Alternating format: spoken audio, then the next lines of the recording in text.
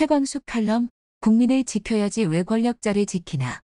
최강욱 더불어민주당 의원이 최근 친여 유튜브에 출연해 조국 전 법무부 장관 일과 근황을 언급하며 내 인생을 걸고 지켜주고 싶다며 눈물을 보였다. 동양대 총장 상장 조작 등에 대한 법원의 판결 이후 부산대와 고려대에서 조민의 입학 취소 결정이 내려진 이후 조국 전 장관이 저희 가족 전체가 실형과 환란 상태에 있다고 말한 직후였다.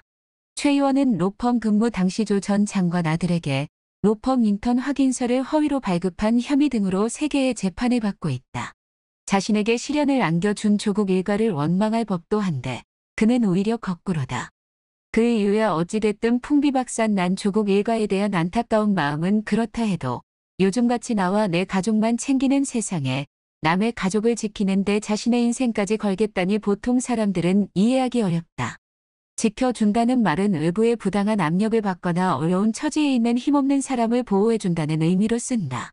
김부겸 국무총리는 지난 16일 세월호 8주년 추도사에서 대한민국 정부가 우리 국민의 생명을 지키지 못했다고 말했다. 지켜준다는 말은 이럴 때 쓰는 법이다. 그런데 최근 이 말이 민주당에서 정반대의 의미로 사용된다.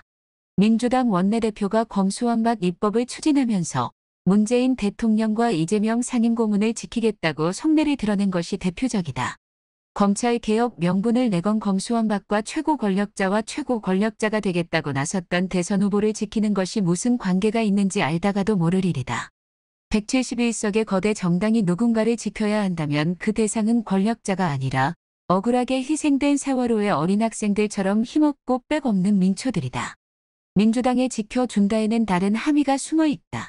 약자를 챙기겠다는 선의의 표현이 아닐 뿐만 아니라 지켜줘야 할 이들의 위법 행위를 인정하지 않겠다는 뜻이 내포돼 있다.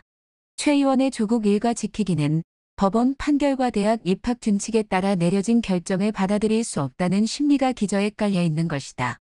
특히 지켜줘야 할 이들의 비리 행위가 있다면 세상에 드러나지 않도록 봉인하겠다는 정치적 계산이 핵심이다.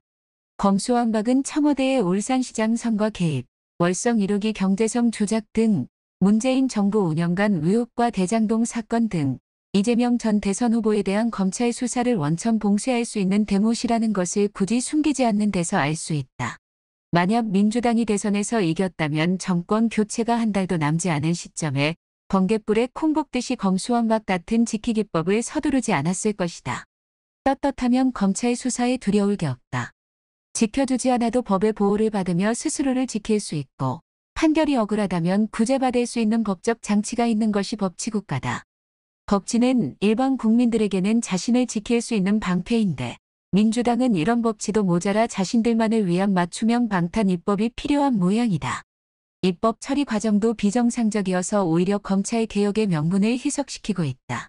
민주당의 지키기 증후군은 이명박 정부 시절 검찰 수사 도중 극단적인 선택을 한 노무현 전 대통령에 대한 트라우마에서 비롯된 것으로 보인다.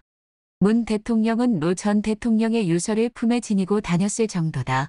하지만 지금 민주당의 행태는 노 전 대통령의 지문 및 현상과는 성격이 많이 다르다. 민주당은 내로남불의 조국 지키기에 올인하다가 정권을 내주었다. 그런데 또다시 지키려는 게 비리 의혹을 받는 권력 주변 인물이라면 국민을 위한 정치를 실현하는 공당이라고 할 수 없다. 법과 규칙 등 공적 시스템을 벗어나 우리 편이면 물불 가리지 않고 지켜주겠다는 것은 조폭 세계에서나 볼 수 있는 일 아닌가.